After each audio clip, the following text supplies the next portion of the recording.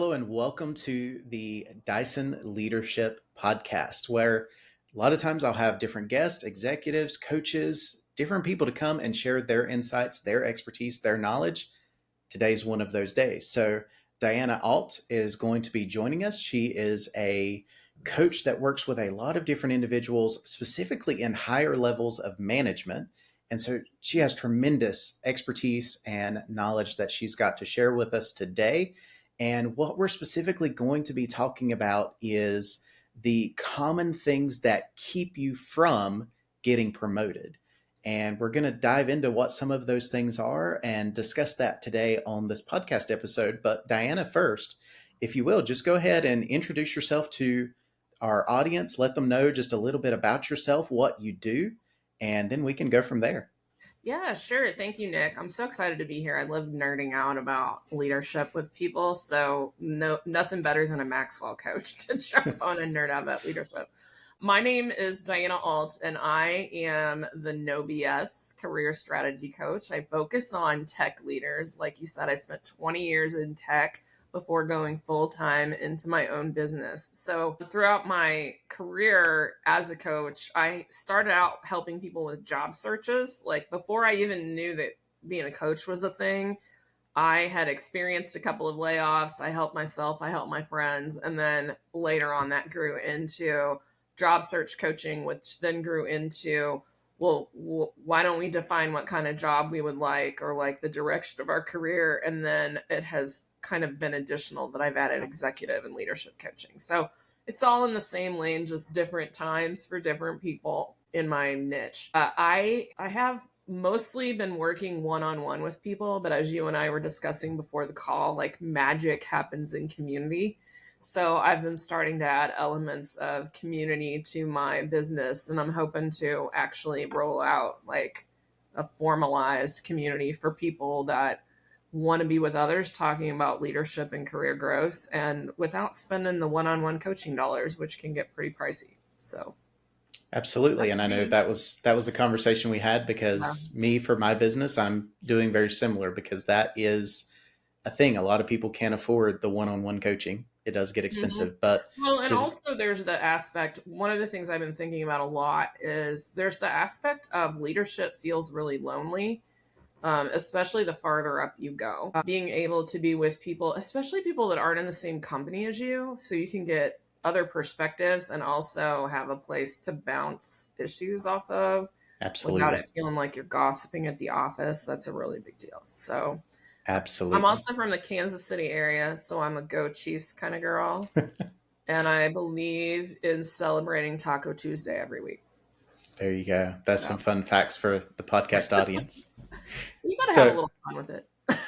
Yeah. So Diana, for our topic today, talking about things to keep people from getting promoted, I think just to kind of set the stage, one thing that I see a lot in careers, and I believe it's called the Peter Principle, is where typically you take somebody that's good at a job, they are successful at the job, they're doing it effectively. Company looks at that person and says, we're going to promote you because you're good at this job. They put them in a management role, supervisor role, and they may or may not make it. And there's definitely some things that they are missing a lot of times related to soft skills. They know how to do the job, but they kind of miss that potential of what they need to be a successful leader, manager, and so on. And so that's where my business kind of focuses. We do a lot with the soft skills, the communication, the entry-level leadership, those types of things. You have a different perspective of that, where you're seeing the move from manager to director, director to VP. You're seeing that upper level of leadership kind of shifts. But from your perspective, if you just had to give me a couple quick ideas of some very common things that you see people either making or lacking in skills that keeps them from rising through the ranks like many people want, what would those things be? Whoa, there's a lot in there. Can I rant about something real quick first? Go right ahead. Okay, so I hate the term soft skills.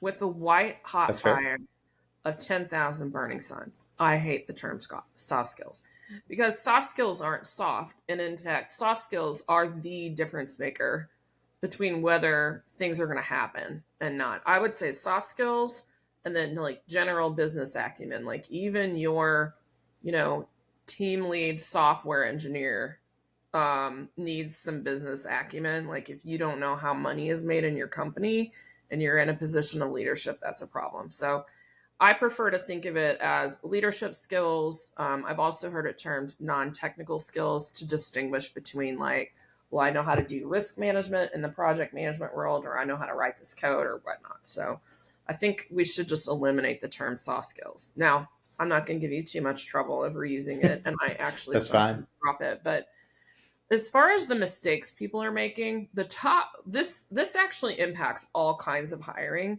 but I think it causes the most frustration for people when they're in leadership levels. And I always tell my clients what somebody needs when they are opening a position, whether it's a brand new position or an opportunity for a promotion. They need somebody to solve a problem. And the reason Peter Principle happens is because the person being promoted and oftentimes the people around them do not understand that the problem is different.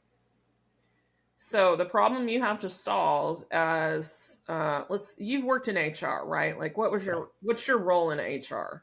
I have many different backgrounds in HR. So HRIS, training and development, Okay. compensation analysis, you name So it. you're into I'll talk about L&D because I just recently got a client who has an L&D background, and he's after being a consultant, like he wants to go back into W2 work. So this thing in L&D is that people get into that because they're passionate about lighting people up with new knowledge. They love to facilitate, they love to develop curriculum or whatnot. And when you want to go be the director of L&D, those aren't the problems that you're solving personally anymore. You're mobilizing a team to solve them. But another thing that you're really charted to do that is probably one of the hardest things in L&D is convince your executive team that's potentially several layers above you that the L&D program is worth it, that there's a payoff to it. So that could be the entire L&D department, depending, if you're the VP of L&D, or it could be an individual program. Maybe someone wants to bring in Nick to do the Maxwell program and train the trainer. Like they need to know that that is going to pay off. What's the ROI going to be on that? What's the improvement in engagement? And it's hard to measure. So that's the thing that happens is people don't understand that the job is different. When you go from being a customer service rep to a customer service supervisor, you may be on the phones, but your job is to make sure everybody else knows how to do their job. So that's really it. Absolutely. And Podcast over. We're done. We figured it out. Solved all the problems right there. Solved all the problems. 5-6 minutes, we're good. Shortest episode. Shortest episode ever. No, I think you're spot on in what you're saying, because even for me doing learning and development, and even with my own business, Dyson Leadership, doing training and development, going into other organizations, one thing that I see is that question of the return on investment for those people. And it is hard to measure, because I've dealt with people who are not in supervisory roles that are given leadership training to gain those non-technical skills. We'll use a different term now.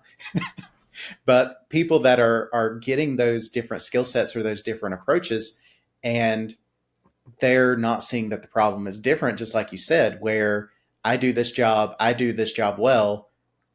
Why do I need to know all of this stuff? It's not going to matter. Right. Well, your company put you here because they want you to learn it. That's probably a sign that they want you to learn how to manage people and to train people and to do this aspect. The company maybe sees the benefit, but the individual doesn't. Or on the flip side, the individuals want training and development, but the company says we need you just to do your job. And so there's that gap. There's a lot of things that are kind of messed up in this. So like one of the things that I talk a lot about is I believe you manage work and you lead people. Yeah, that's a good way to put it. And I don't think what the org chart says has nearly as much to do with that as people think it does sometimes. So In my It's career, true. I've done several years as a hiring manager, leading people. I had 12 people reporting to me I think that's the most I've had reporting to me was 12 people. But I also spent even longer in what I call influence leadership roles that are sorely neglected in terms of leadership development. Roles like account manager in a marketing agency that I worked in, or project or product manager in tech. So those people have the responsibility placed on them to orchestrate the work of, I had dozens of people that I was basically either the direct project manager or like almost like the spiritual leader of the product. When I was a product manager, that's kind of how I was in charge of the vision as well as, a lot of the more detailed things. And I didn't like people in those roles very often get completely skipped for any and all leadership development. And they are both managing work, oftentimes more work than first line managers are, because I could have a project with 50 people on it, whereas the first line manager might have 6 software engineers reporting to them. And then the number of stakeholders that I had to, people in those types of roles have to deal with is immense. So that's a big thing that I encourage people to step out and say, well, for this type of role, what is the work that they're managing and who are the people that they need to influence? Because influencing people is leading people, full stop. But if you take the word lead out of it, sometimes you can get people to think differently. Does that make sense? Yeah, it does. Who does Susie need to influence in her role as the project manager? Absolutely. So even from my experience prior to HR, I actually have account management and project management experience. And what you were saying was spot on to what I even experienced in that, where I'm the main point of contact for our clients. I am dealing with executives on a day-to-day basis, building Mm-hmm. relationships, solving problems, having that. And that was one of my first jobs out of college.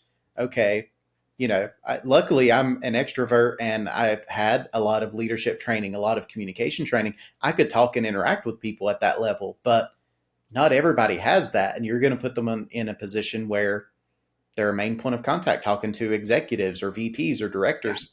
There's a skill gap there. And then my project management role, I was on multiple calls every single day with probably no less than 10 to 15 people per conference call.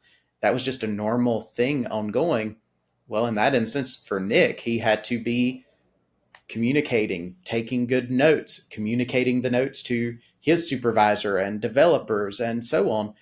There was a lot of communication, a lot of things where all of my leadership training came into play, but Yeah. yet there was zero leadership title responsibility, anything like that. So the non Yeah. technical skills, even for people who are not in leadership, is important. And that's one thing I wish more people realized about what I do with my business is teaching those skills and helping people navigate those types of scenarios Mhm. where they are needed and most people don't. And so Yeah. that's a big thing that I think really stops people from being successful in that first phase of promotion and career growth, where they have the technical skills, they're good at their job, but maybe those non-technical skills, the leadership, communication, those kinds of things will start to break down. And when you're in a leadership role, that's what they're looking for, is you to be a people leader, a people problem solver.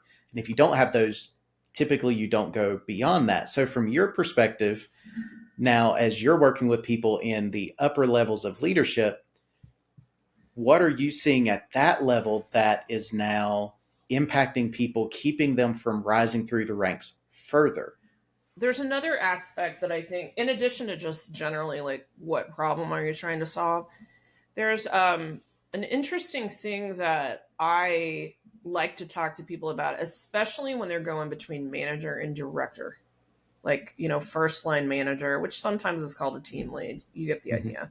Yeah. But when you are the first line manager, usually what you're responsible for is a set of people and making sure that you are empowering, training, directing correctly for them to do their work and keeping tabs on it.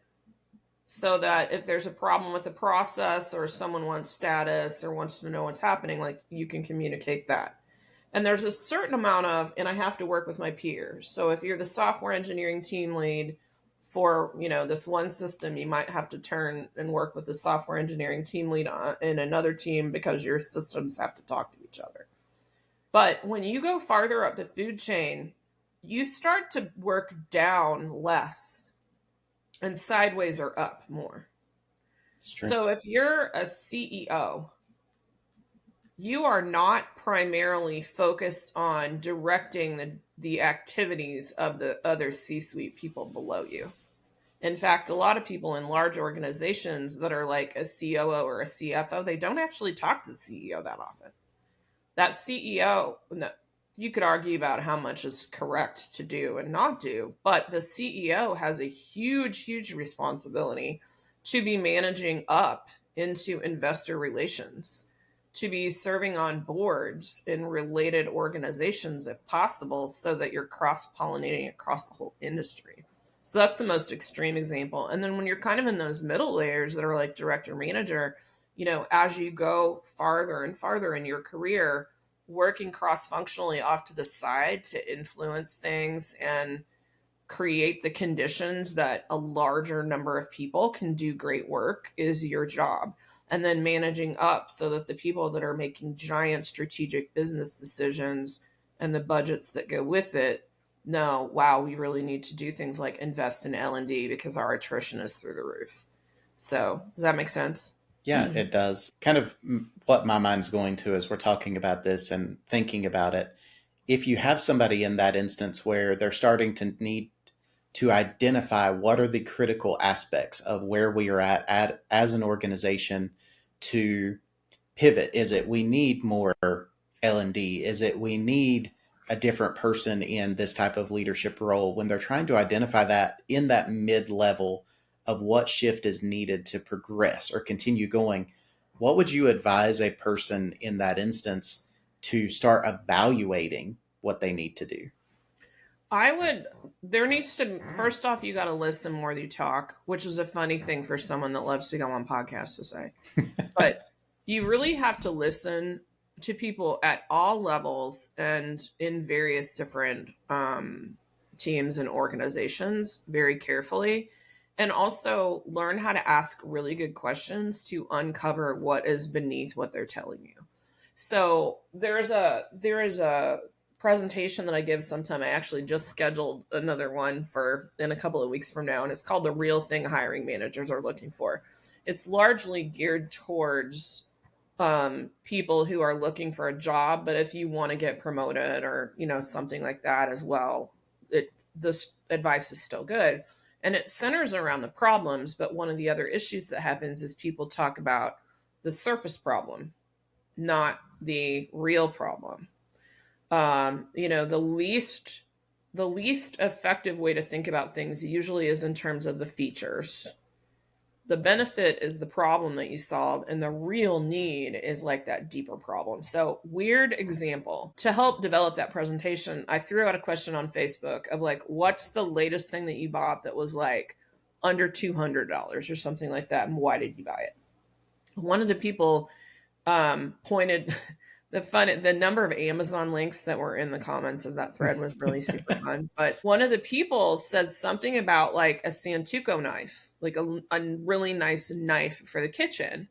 And they said, I got this because, it has whatever fancy carbon blade that'll cut through whatever you want it to cut through, like a car, whatever that is. But they started with that, like this. I thought this was so cool because they're very gadgety. And then when I ask a follow-up question, they're like, well, also I, do my food prep on the weekend and I want an easy knife, that'll actually chop the stuff up and be efficient. Well, that chopping the vegetables, that's a real problem that needs to be solved so they can get through meal prep quick. But it's not actually the true problem. That's a person that started doing meal prep because they want to be healthy. And that they figured out that for them, the best way to make sure they were eating healthfully is to cook once a week and do it efficiently. Yep. So when you are trying to level up as a leader and have greater impact, you need to listen to what is going on and ask questions, which sometimes the question is like, oh, well, why'd you decide the meal prep? Oh, I'm trying to lose 30 pounds before my high school reunion. And I realized that the fewer decisions I make on food, the better off I am. And so I got this knife and I meal prep on Sunday afternoons. And this is just what I do now. Wow. Wow. Right.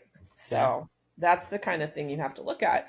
So a lot of times, specifically in L&D, this is such a great example to keep going with. And I love that you speak HR because we can kind of talk this language. In L&D, people will get fixated on, well, we need to train a new manager. Okay, cool.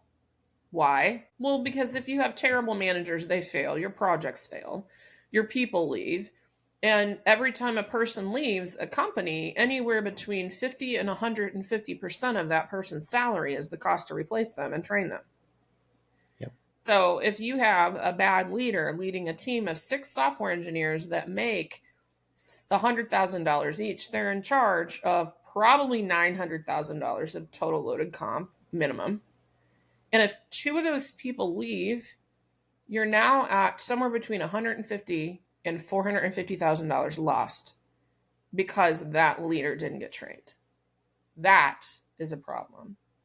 Absolutely. Then you go deeper and people talk.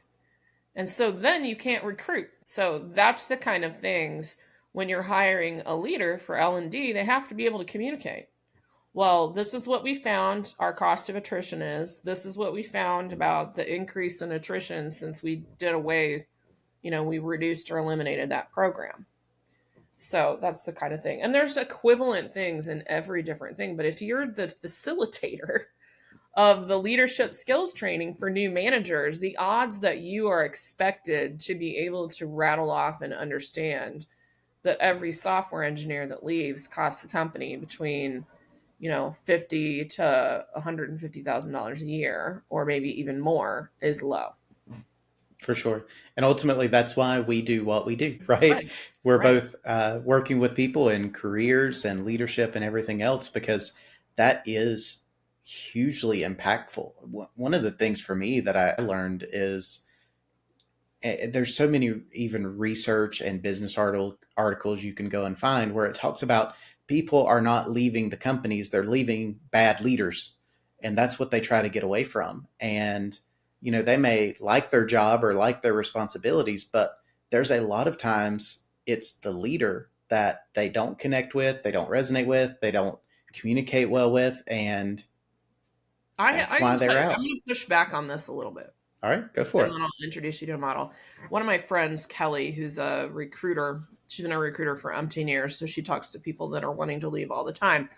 She just posted about this on LinkedIn today. She's like, I think that this whole people don't leave jobs, they leave leaders is lazy. Because in the whole time that I've been a recruiter and the thousands of people that I've talked to, nobody says, very, very minimal number of people say that the only reason they want to leave is their boss. There's almost always something else. And then their boss being like a pain or starting to, they get a new boss that's bad or whatever. That just ends up being the straw that broke the camel's back. Sure. So, and I think that is more common. So you're going to have a real hard time sustaining people if the leader is bad. But if everything else is right and someone's boss is bad, most people, especially in tech where I work, know the odds of you having a new boss in 18 months are pretty high because of reorgs and all that stuff. The way I think about it is more about leadership in the organization. I actually have a 4-pillar model for an aligned career. So this is like over the course of over a decade coaching, I developed this.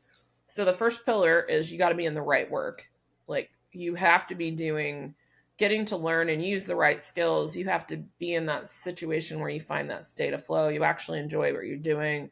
The BS is minimized. The fun and challenging stuff is maximized. And you're being challenged at the right level. So you're not being thrown to the wolves and set up to fail. Then right leaders or leadership, which is a combo of your direct boss, but it's also about the strategic direction of the company. Because I know a lot of people that they should have paid more direction to the strategic direction of their company, because they loved their boss, but it was actually a sinking ship and they were not recognizing it, or they were just trying to say, oh, it'll be fine. If you were at Blockbuster Video and you like the supervisor in your store, that does not change the fact that Blockbuster Video is no longer relevant in the industry at all now, except as nostalgia. The next one's environment.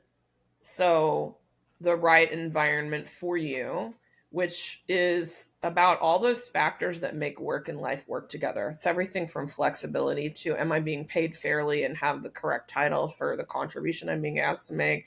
Can I go to Johnny's soccer game on Thursday at 3:30? And a million other, things that make work and life work together.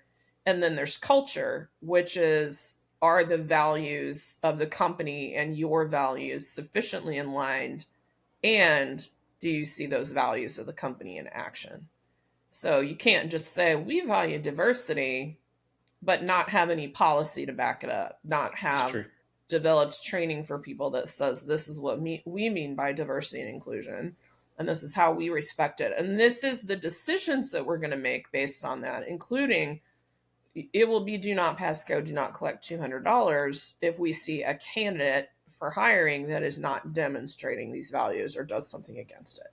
So that's my model, and there's a lot to it. And when I go through things with people, the people that have some of the hardest trouble are the ones where they love their boss and they love their team, but everything else is wrong. Right. So they're wasting their life in creating burnout because they liked this handful of people. So anyhow, that's my rabbit trail. I like the 4-pillar approach, because the things you touch on are anything I research from leadership or organizational management, that kind of thing. There's a lot of those aspects intertwine into those, that the quality of the leadership matters, the quality of the work-life balance matters. But if you have great work-life balance and a great manager, but you're paid significantly under market and you're struggling to make ends meet or living paycheck to paycheck, you're probably not going to be happy. You're going to leave. Those things intertwine, and there's so many aspects that all contribute to an employee's success and happiness in an organization. There's also another important thing to note is there are a few things that really should be in place across every company, but there's no one culture that's perfect for everyone. So when I talk to people about that model, which I often talk to people about it whenever they're trying to decide, should I start looking, or when they have an offer in hand, especially when they have 2 offers in hand, I'll go through the questions related to those 4 pillars, because then that confusing decision becomes clear, because it's it's hard to find 4 out of 4 pillars be perfect in a job. And if you do find that thing, it doesn't often stay that way for a long time. Something shifts over time. Not even necessarily anything that changed in the company, but maybe you changed. Maybe you were fine, but then you had twins, and now it's needs that I have to not have to drive 45 minutes each way to the office are completely different than they were a year ago. So it's very highly individualized, and I go through it to help people make decisions about whether they should take a job or stay in a job, or, do you actually want that promotion that you think that you want? Because it's not about the company, it's about you. Absolutely. So I know we're coming close to the end of our time here, so I want to kind of summarize a little bit. I think, and I'll let you jump in and correct me if I get these off, but I think kind of how we've discussed and gone through is the non-technical skills, that leadership, that communication, the relationship building, that is essential for that entry level, get at least into a leadership type role.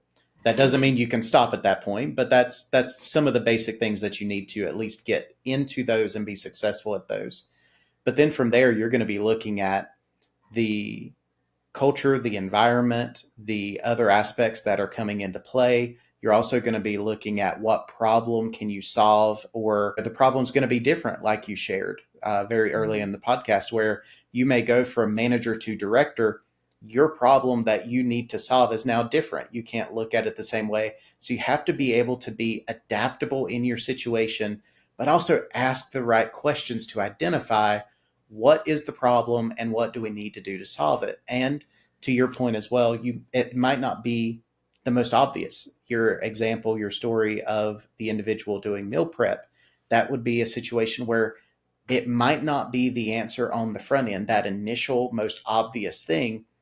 There's underlying concepts in that. So one thing I referenced it in a podcast episode, I believe it'll be a few episodes back from the time this one airs, but I referenced the 5 whys in continuous improvement, which is where you ask a question, you get an answer, but then you ask another question to go deeper and then another to go deeper. And you do that 5 times to try to get down to the very core of the issue, the very core of what's causing it. For a second that I love the way you express that, because it's called the 5 whys. And most people, when they explain it, they say you have to ask why 5 times, but actually asking why often puts people on the defensive. So if you ask a question that uncovers more information, that's a better way to think about it. Absolutely. So kudos to you. Did your friend, Mr. Maxwell's organization, teach you that, or did you just figure that out as a human being? That's actually on my own. So I had some continuous improvement training in a past role when I worked in logistics. And in that setting, I didn't like the 5 whys. I understood the premise and the benefit of the concept and the model, but I didn't like the concept of asking why 5 times, because if that was me, I would get defensive. Why are you asking me? Do you not trust me? Do you not think I'm doing a good job? Those things are all going to go through my head. So in that instance, can we reword the question so it's not a why or come across as a confrontational, but it's inquisitive to dig into a deeper It's curiosity. thought. It's like legit curiosity instead of following a formula. Absolutely. My therapist actually taught it to me. And I did a decent job of not always saying why, but I worked with a therapist for close to 3 years. And he actually worked with a lot of business owners and executive coaches as well. So he often talked about that. And he's like, the worst question an executive leader can ask someone is why, most of the time. If you ask how questions or what questions, you will actually uncover your why. So anyway, sorry for the rabbit trail, but you're perfectly fine. I appreciate the input. And that's just one thing I learned from experience is I didn't like it. Yeah. And so if I don't like it, odds are other people aren't going to like it. And so kind of adapt and go from there.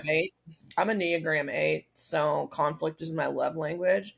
So a lot of times I actually will find things that that put other people on the defensive don't put me on the defensive, which is a real big problem. Because if I think, well, I'm fine with that question, well, the person that is like a perfectionist and put everything they have, or they, take that stuff, they had the bad boss that like judged them on everything in the past or whatever, they're not going to take it the same as me. So. Absolutely. Everybody's different. Everybody's unique. Yeah. That is probably the biggest challenge in leadership, that there isn't a one size fits all solution to that. Is everybody's different. Everybody's going to react different. Put people in one of 4 boxes of a personality test all the time and just let that dictate everything. It's not always the most effective. It can be guidelines, but definitely not definitive by any means. Right. So, all right. Well, Diana, this has been great conversation. I've enjoyed it, but I do have 2 wrap-up questions for you really quickly before we finish out our episode. So the first one I will ask you is if you have a book recommendation, something that you would mention to the podcast audience that's a good read, something they should pick up and take a look at, what would something like that be? So the book that I've given away the most in the last 18 months, and it's only in the last 18 months because that's when it was published, is called The Song of Significance. It's by Seth Godin, who a lot of people know because he's considered the father of email marketing. He wrote a lot of books related to marketing and marketing leadership, and he shifted more into the leadership space. So Song of Significance is great because it's a lot of short chapters, easy to read, but the fundamental thing that he talks about is this idea that it's a leader's job to create the conditions where meaningful work can happen. And that's like a game changer question that I've asked to some of my people that are trying to move up in leadership. It's like, do you know what this job is?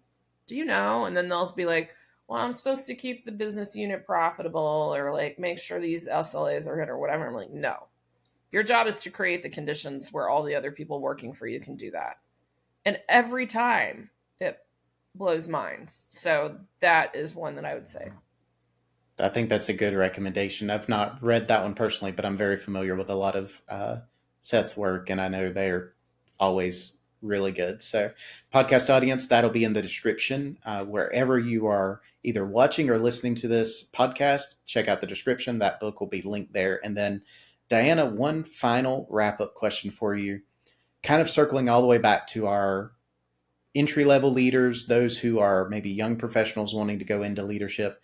What is one key point of advice that you would offer to them from your years of experience, saying, if you want to go into leadership, you want to be in a leadership type role, focus on this, do this. What advice would you give them as they start that journey? I have two that it's like a tie. So the first one I'm going to say quickly is ask for help.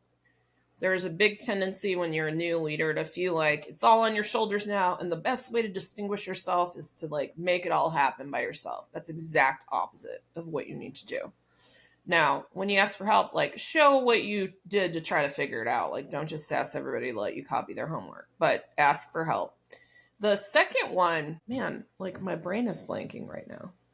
It's to recognize that you should not be looking at your new job as more responsibility, but instead looking at it as different responsibility.